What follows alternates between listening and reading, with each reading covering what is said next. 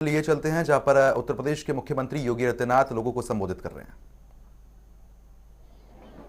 मैं कल देख रहा था, जिस दिन नामांकन करने के लिए समाजवादी पार्टी के प्रत्याशी करहल में आए थे, उन्होंने कहा अब दोबारा सर्टिफिकेट लेने के लिए आऊंगा, लेकिन प्रोफेसर एसपी सिंह बघेल जी ने उनको 5वें दिन ही वापस यहां आने के लिए मजबूर कर दिया।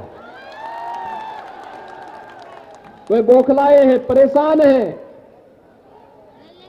आसमान से टपके और खजूर में अटके वाली स्थिति उनकी हो गई है। वैसे आप बहुत बुद्धिमान हैं, याद करना, आजमगढ़ ने उन्हें सांसद चुना और कोरोना कालखंड में एक भी बार आजमगढ़ नहीं गए, इसलिए वहां से उन्होंने लड़ने का साहस नहीं किया। उनको लगा कि नेताजी की विरासत को मैं हथिया लूं।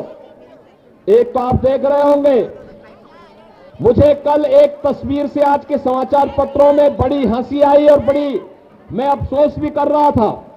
बेचारा शिवपाल जो प्रदेश का नेता था, कल उसको बैठने के लिए कुर्सी भी नहीं मिली। कैसे वहां कुर्सी नहीं मिली और वहां मुंह लटकाए बैठा था। क्या दुर्गति थी उसकी। और वह दुर्गति देखते हुए मुझे तो कल बड़ा लग रहा था कि कहां ये प्रदेश भर में घूमता था, हजारों लोग उनके साथ जाते थे। नेताजी का प्रमुख सिपा सालार हुआ करता था और कल उस बेचारे को कुर्सी का हत्था मिला बैठने के लिए, कुर्सी का हत्था। यानी आज के दिन पर अगर किसी व्यक्ति को आप दुर्गति का जीता जागता नमूना देख सकते हैं तो शिवपाल यादव उसका एक जीता जागता नमूना आपको मिल जाएगा।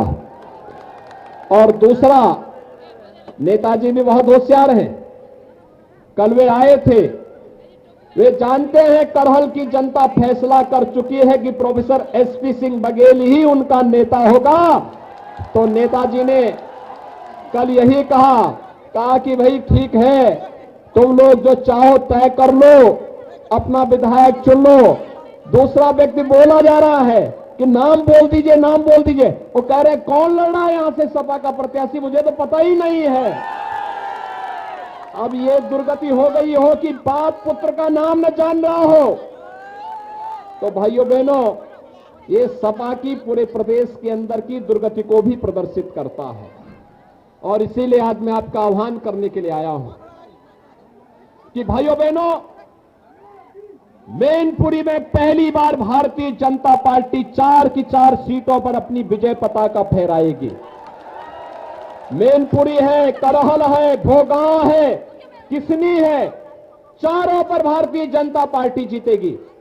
लेकिन इसके लिए हम लोगों को अभी भी निश्चिंत नहीं होना है, क्योंकि जिन लोगों ने प्रदेश को पूरी तरह चर करके बर्बाद करने का कार्य किया हो, जिन लोगों ने करहल को उसकी पहचान दिलाने का नहीं, मैं देख रहा था कितनी गरीबी है, कितनी बदहाल स्थिति है, कितना बेरोजगारी है और किस हद तक जाकर के लोगों का शोषण किया गया है। आज भी करहल जैसे क्षेत्र ने, जिसने प्रदेश को नेतृत्व दिया हो किसी कालखंड में, आज भाइयों बहनों यहां पर तो विकास आसमान छूते हुए दिखाई देना चाहिए था। लेकिन समाजवादी कुनबे को विकास पसंद नहीं, उनके लिए सबका साथ और सिपाही खानदान का मात्र विकास, यही एकमात्र उनका नारा है, बाकी उनका कोई नारा नहीं। आपने देखा होगा उनकी संवेदना कभी गरीबों के प्रति नहीं थी, गांव के विकास के प्रति नहीं थी, नौजवान के रोजगार के लिए नहीं थी, अन्नदाता किसान की खुशहाली के लिए भी नहीं थी।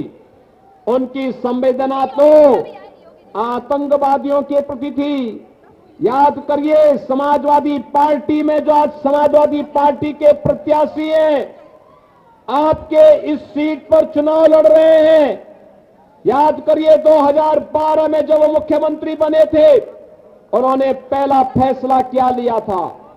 पहला फैसला था अयोध्या में राम जन्मभूमि पर आतंकी हमला करने वाले आतंकवादियों के मुकदमों को वापस लेने का।